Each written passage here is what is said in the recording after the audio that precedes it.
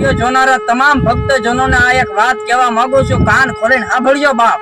આ વાત છે જુલાઈ 2021 ની.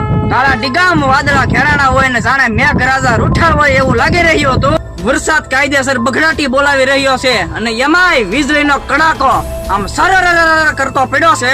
એમાંય આખું ગોમતી ઘાટ સળહળી ઉઠ્યું છે. અને એ વીજળી ક્યાં પડી તમને ખબર છે? મારા દ્વારકાધીશના મંદિરના શિખરની ઉપર ટોચ ઉપર જે વીજળી પડી 52 ગજની ધજા ઉપર. અને અહીંયા જોજો, વિજ્ઞાની એમ કહે છે કે એટલી બધી ભયંકર કોઈ વીજળી ઈમારત ઉપર પડી હોય તો તે ઈમારત નષ્ટ નાબૂદ થઈ જાય અને તેના હરિયા પણ ઓગળી જાય. પણ આ તો મારા કાળિયા ઠાકરનો દરબાર છે બાપ. અહીંયા વિજ્ઞાનના સોપડા પણ જોવા પડે. વીજળીએ ધજાના દંડને થોડો ગમતો સ્પર્શ કર્યો અને ધજા ખાલી થોડી ગમથી ખાલી ખંડિત થઈ. 78 મીટર ઊંચા અને હજારો વર્ષ જૂના એ મંદિરનો કાંકરો પણ ન હલવા દીધો મારા કાળિયા ઠાકરે બાપ.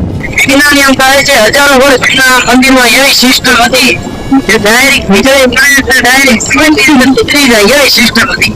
પણ મારા કાઠિયાવાડનો ડાયરો સાતી ઠોકીને કહે છે કે જ્યાં સુધી દ્વારકાની અંદર ભગવાન શ્રી કૃષ્ણ માખણ છોડ બેઠા છે ત્યાં સુધી આ મંદિરના કોઈ વાળ પણ વાંકો ન કરી શકે. બોલો જય જય જય દ્વારકાધીશ.